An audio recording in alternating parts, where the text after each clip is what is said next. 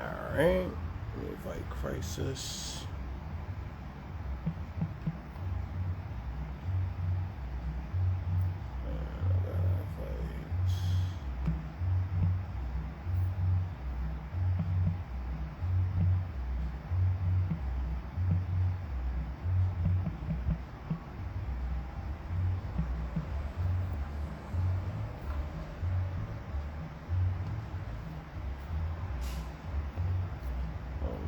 Crisis. Yo, Crisis, accept the invite.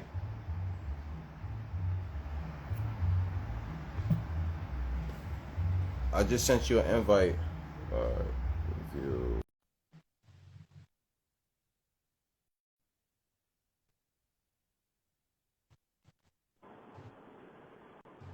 Yo. Yo, what's good, Crisis? Coolin', bro. What's going on? Hey, nothing. Give me a second. I'm waiting for Mayhem to tune in so we can. He gonna be the co-host right now for the segment. Okay. All right. That's all. I'm waiting for him now. So give me 1 second, y'all. All right.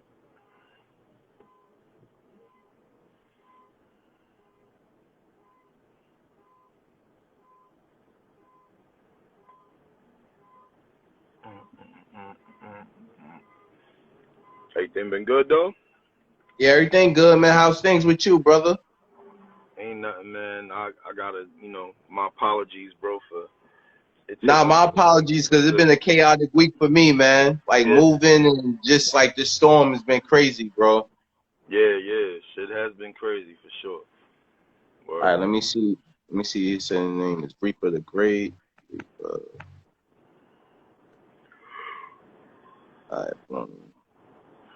All right, just sent you an invite, Mayhem. He probably get it in a second.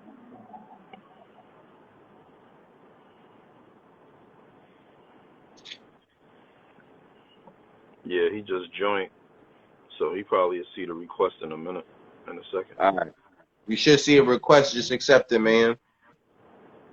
All right.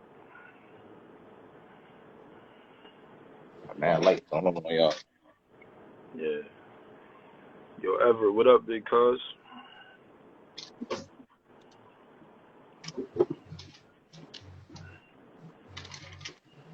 Yo, May, where you at? Accept that invite. Boom. There you go. Okay. Yo. What's good? All right, so welcome to Behind Your Brim. I'm your host, Mega Heist, aka Dee Brimsorr, and I'm also with the co-host, Mayhem the Grim Reaper. What up? Crisis, what up? This is Crisis Corleone, y'all. What up? What's going on? So my first question, Crisis, is how did you get your name? Okay, the crisis part came from I just made an acronym for what I was going through at the time. I had a bunch of names like from, like being young and rapping, but the crisis, I was on the run at the time when I got that name, and it was an acronym for constant residing inner struggles inside of self. So that's how that came about. The Corleone part was kind of like the role I play within my family, and the play on the Godfather and all of that. So that became my nickname because niggas just always seen me watching the Godfather and was like, yo, you really act like this. Like, this is really how you are. So the Corleone was just a attachment to go on to that. Because at first I was Crisis HNIC, and then I kind of felt like, Prodigy kind of stamped that HNIC joint. You know what I mean? Yeah. And I was like, all right, I'm a slide from that and just throw the Corleone on there. And that's how it came to be. All right. So tell me how the project from a Dawn's perspective came about, how the guest appearances came about. As far as that project was concerned, I actually have to say that was, I felt like I was living down south for a long time, and I had a project out prior to that called Call the National Guard, and it wasn't really me, even though I felt like it was some dope joints on there, but it wasn't really me because I wasn't really like messing with what was my sound. You know what I'm saying? So like I had moved back to New York, and the joint was like, it was more like me proving, like, you know what I'm saying? Like, nah, I could really rap. You know what I'm saying? So like, it was like it was more me proving stuff, and a lot of that came to be with Mayhem actually, because we would be working on stuff, you know, like me and him working on stuff, but we was doing it like just at his crib, like we wasn't really like taking it to the next level, you know what I'm saying? Like, and I winded up through my man Ra. It's like he's like a cousin of mine, but not really blood related. But he introduced me to Chunky Marvelous, and it was one of those, like, I just met him, and the beats that he was making was closer, a lot more close to what I you know, my brand of hip hop, and it just sparked like that. We became like a Dre and Snoop type combination for that project, for sure. You know what I'm saying? Shout out to All right, man, you got any follow-up questions real quick? Yeah, man. So, like, first of all, I want you to know that, want everybody watching to know that this man right here, Crisis Corleone, that's my brother right there. Facts. From the sandbox. Anybody got a problem with this man, you gotta go through me first. You know what I'm saying? Facts. Like, and vice versa. Same shit. You know what I mean? So, you know, everybody know me. Like, I am arrogant as hell about my rap style. This guy is the only one that actually makes me, all right, I gotta erase and go back to the drawing board, because one thing I'm dying to know, like, the way the way you put your punchlines together, but not even your punchlines, the way you phrase words and make them connect together, I am in awe. Like, Nah, I appreciate what what what is your inspiration to make you, because your style is like not nothing I've ever heard before. You do like the East Coast, basically, you know, the East Coast. We pay attention more to lyrics than anything. right. But you're just different the way you put your shit together. So, like, how does that, if you don't mind me asking? What I keep in mind is that I want the rhyme to be transitional. You know what I'm saying? Like, I want it to be like you can follow from the beginning line to the end. Like, but I want it to be coded a little bit for niggas who are lyrical, but I also want it to be followable enough for people not necessarily. Somebody got an echo. I hear like an echo too. Yeah, I don't know why. I don't hear it. Let me turn down my volume. Maybe that's why. We still got that going on? Yeah, it's clear. It's good. You're good. All right, that's probably what it was. It was the frequency. Yeah, so more or less that was that's kind of how when I'm writing, I keep that in mind. Let's see, let me turn this off. You got it? All right, so Yeah, I think we probably because from the first project that you let me hear, I forgot the title and you just named it. Forgive me, right? Yeah. There's like a stark contrast between that and the content that you was writing on a Dawn's perspective. And I think you might have answered it, but I don't necessarily feel like you was trying to prove anything on that. Well, maybe not to me, because like I know you. I've sat down with you, but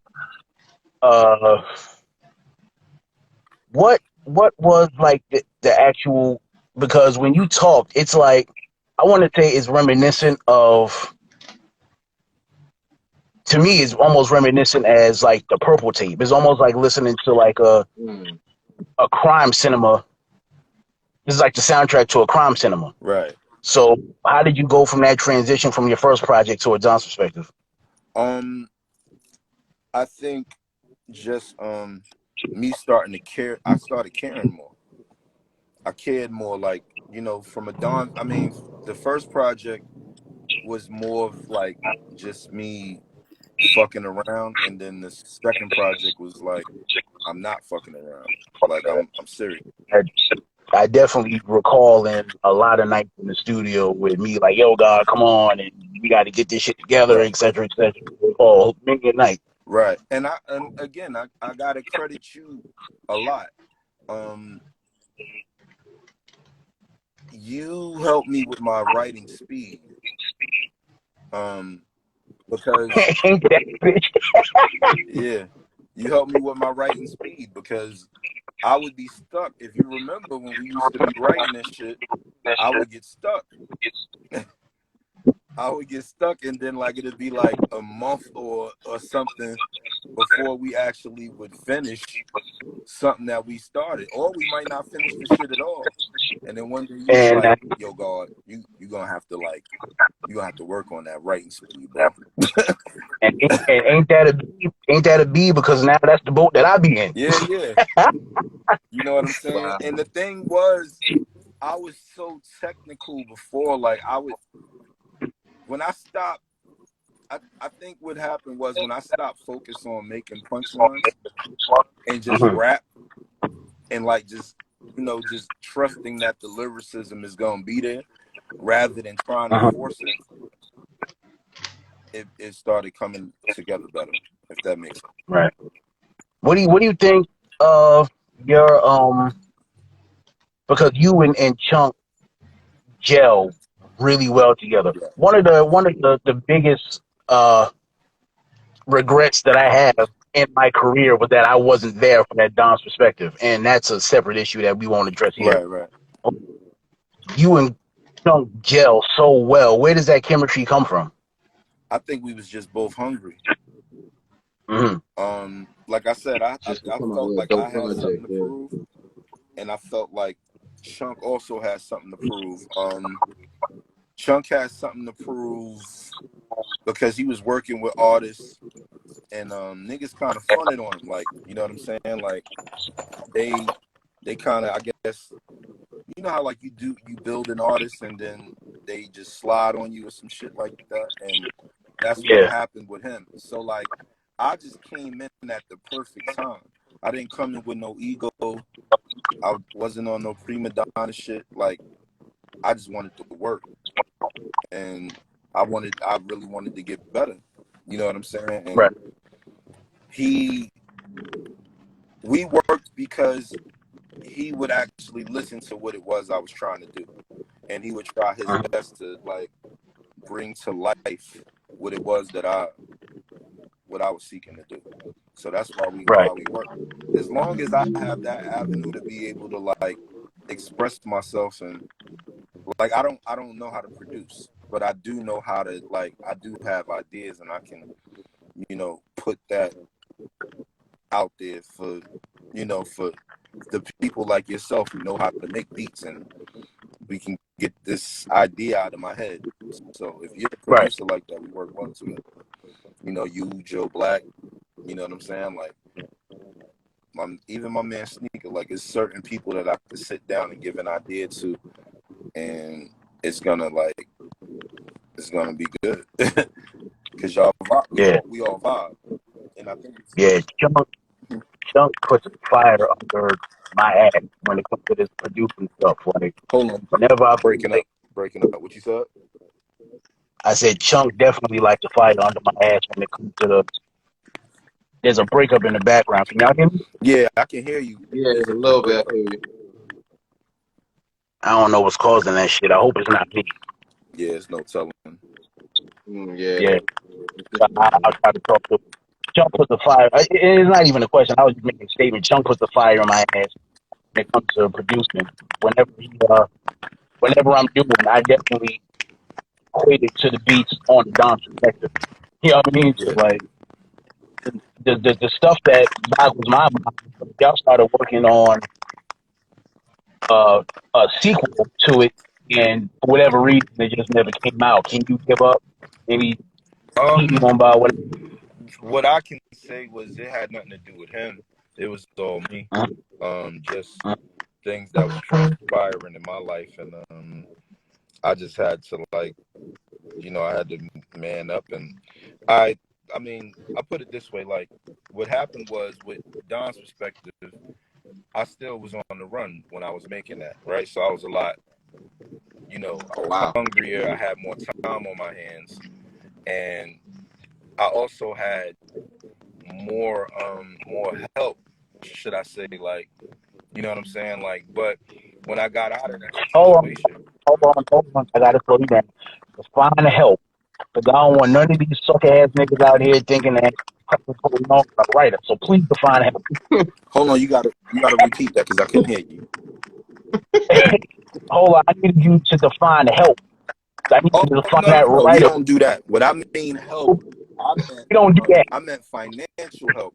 When I was on the Oh, run, I okay. didn't, I wasn't generating any income and stuff like Mm-hmm. that. So what I mean by that, you know, like, I kind of exhausted all my resources while being on the run. So once that situation was over with, and I went to jail, and then I came home and got out of that situation, um, I couldn't really double back and be like, yo, I still need y'all help and shit like that.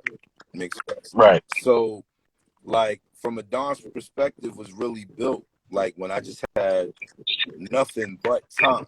Every day I could be in the studio.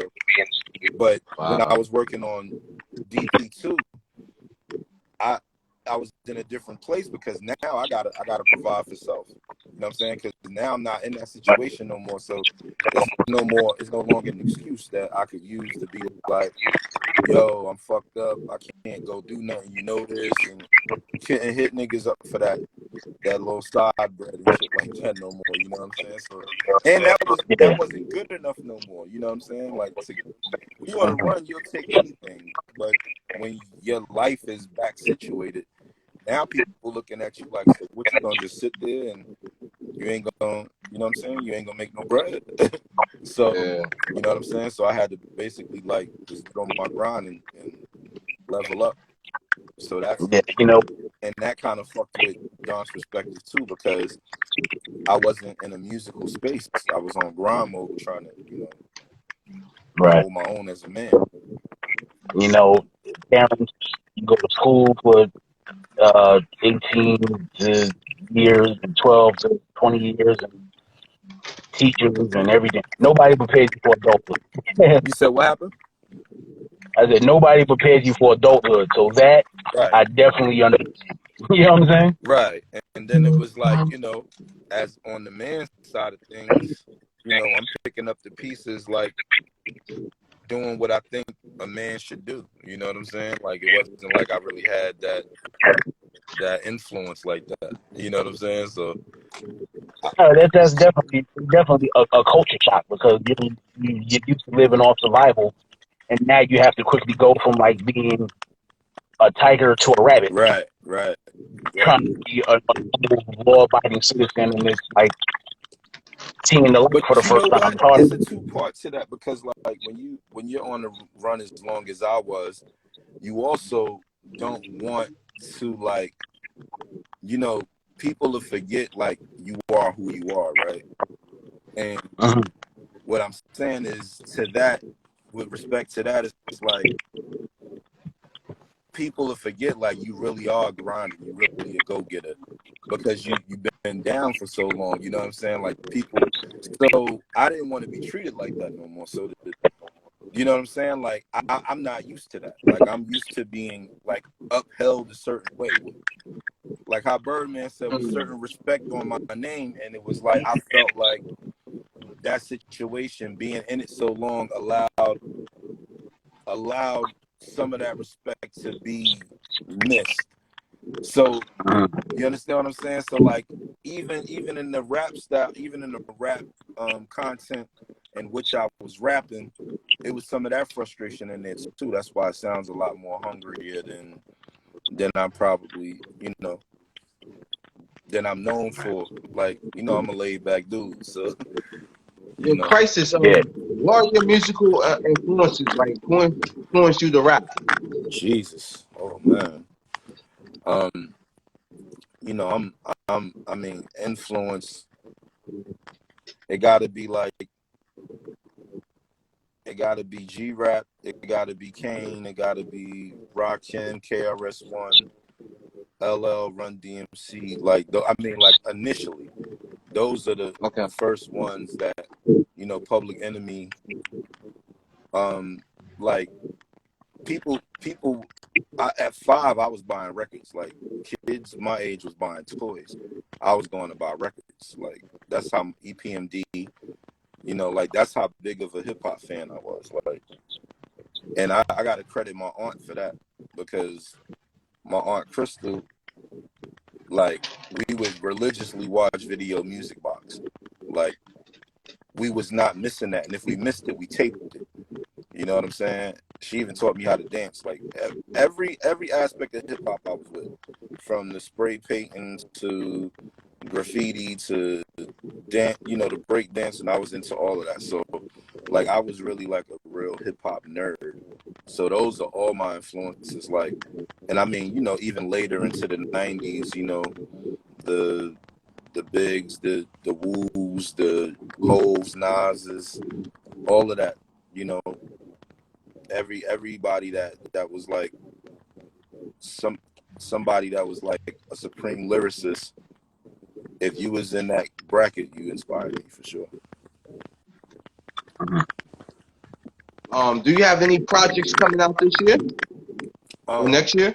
Yeah, I'm actually working on a joint collective project with my cousin Ja. It's called The Green Regime. I'm not sure what we gonna call it yet.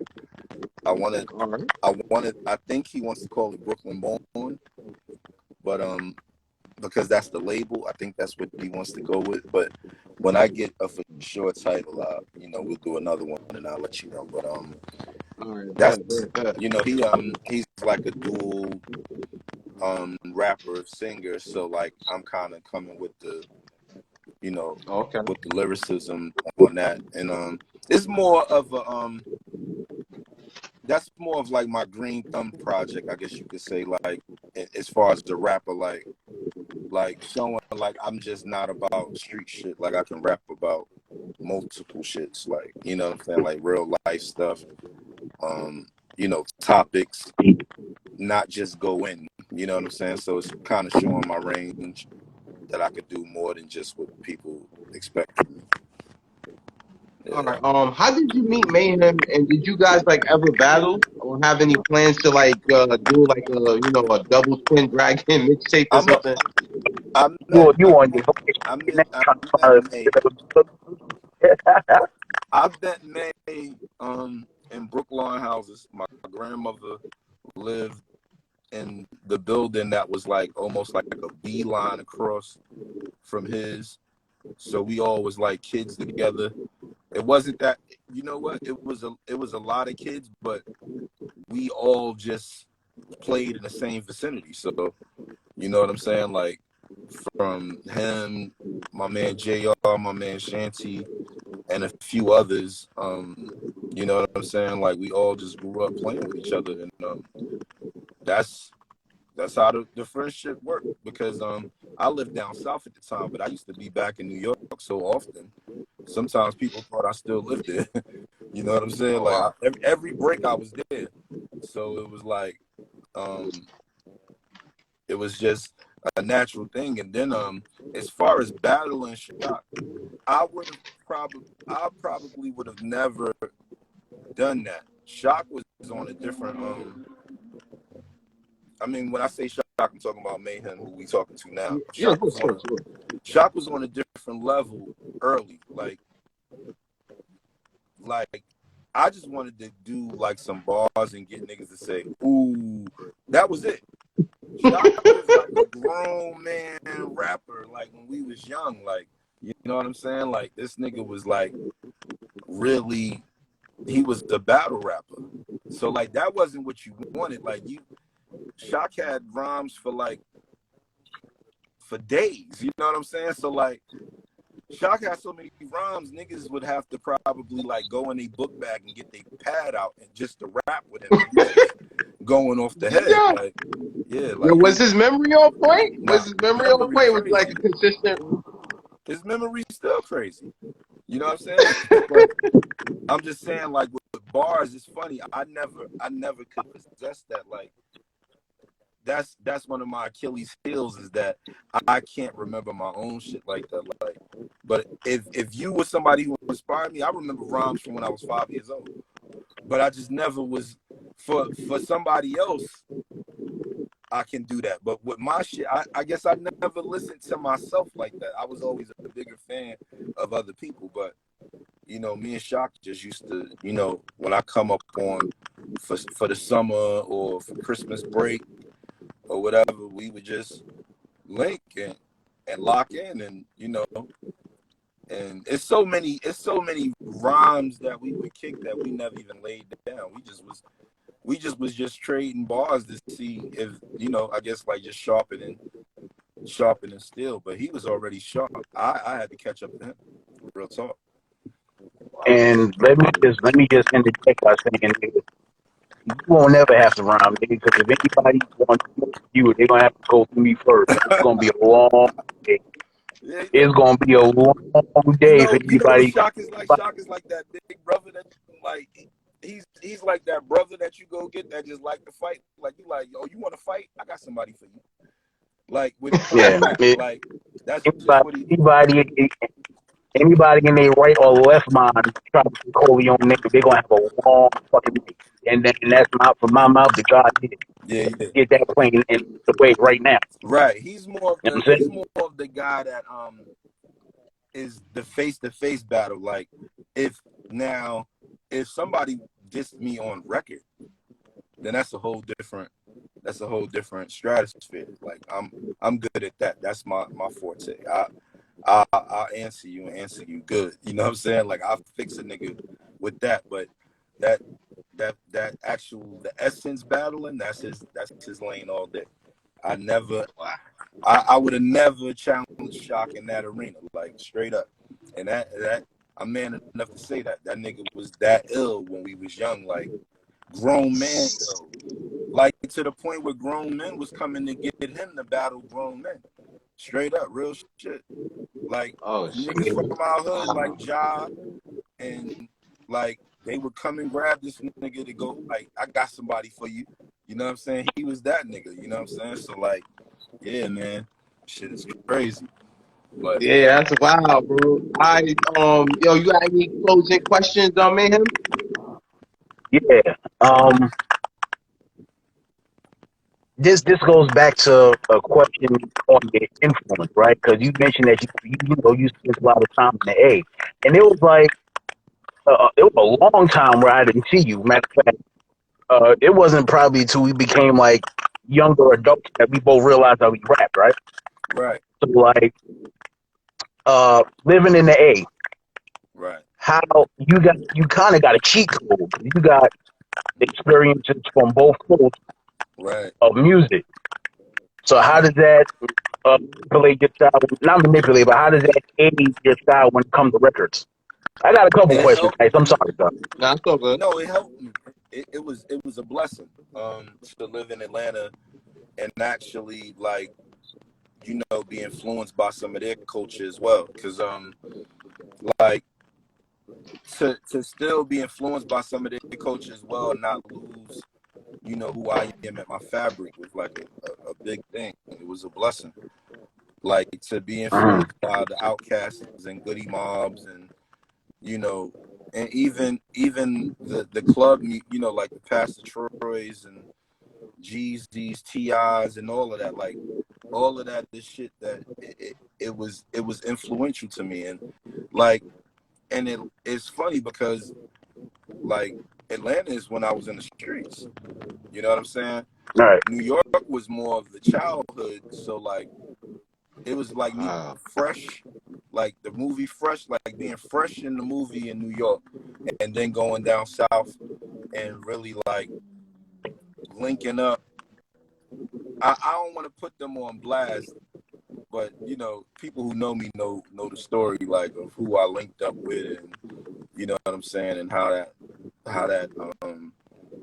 you know formulated in the street. I don't want to, you know, I don't want to put that out there. Yeah, They live in a different yeah, life, and I don't know if that's something that they would even want to yeah. We don't gotta go. yeah. But as far as that's concerned, like that helped my team out there, MMB and FDMU. Like it was like I was influenced by all of that. Like so, like I had so many Southern partners. Like, and you get in the car with them, you was listening to what they was listening to. You might be listening to Project Pat, you know, the Hot Boys, you know. So Yeah, like facts.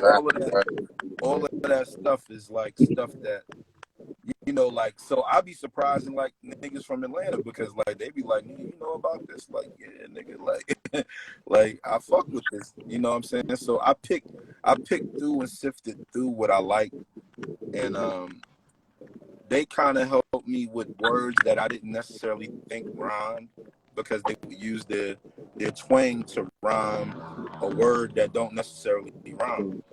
You know what I'm Yeah, saying? So that taught me like it's not really what you say, it's how the fuck you say it. You know what I'm saying? And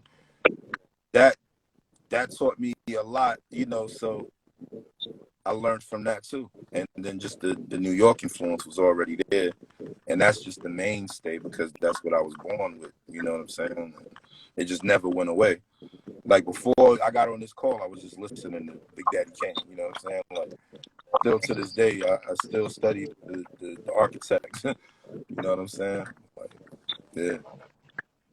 So like, if so, with with that said, like, if somebody like if I was to come to you and be like, yo, I got this whole stack of beats from like David Banner right now, Right. and I got, and then on the opposite side to that coin, like I got a whole stack of beats from Ninth just throw it Wonder. like the beat miners. Or say what? Yeah. No, I said like Ninth Wonder, like David Banner and the Ninth Wonder, like I wasn't that's going to say Ninth Wonder because Ninth. I wasn't going to say Ninth. He's dope, but he's not from New York. oh So I was oh, just he's gonna not keep. from New York. Okay, like Yeah. So you like if I saying was going to say like the beat miners or something like that, which cloud you right. going with? yeah. Oh, you saying which one I'm taking? I'm naturally taking the New York sound.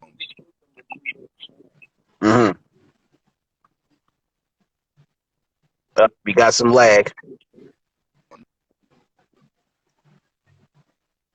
Yeah, I I see a love lag. Yeah, there's a lag in here. Lag demon. Maybe maybe that's a question I shouldn't have asked.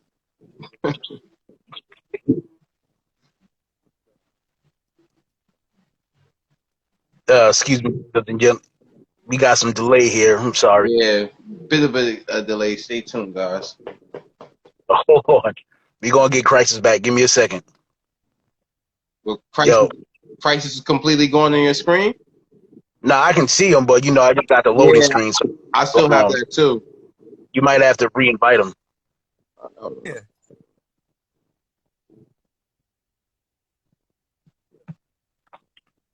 Is he there? Yo, nah, Yeah, he's there. you, He's there. you there? Still You have to frozen. move a little bit. And he's just frozen. What happened, bro? Yo. We missed that whole. We That whole thing, bro. missed that Oh shit. because it was lag. We don't know what happened. All right. Are we back good? Yo. Uh, yeah, We back yeah, we good? good.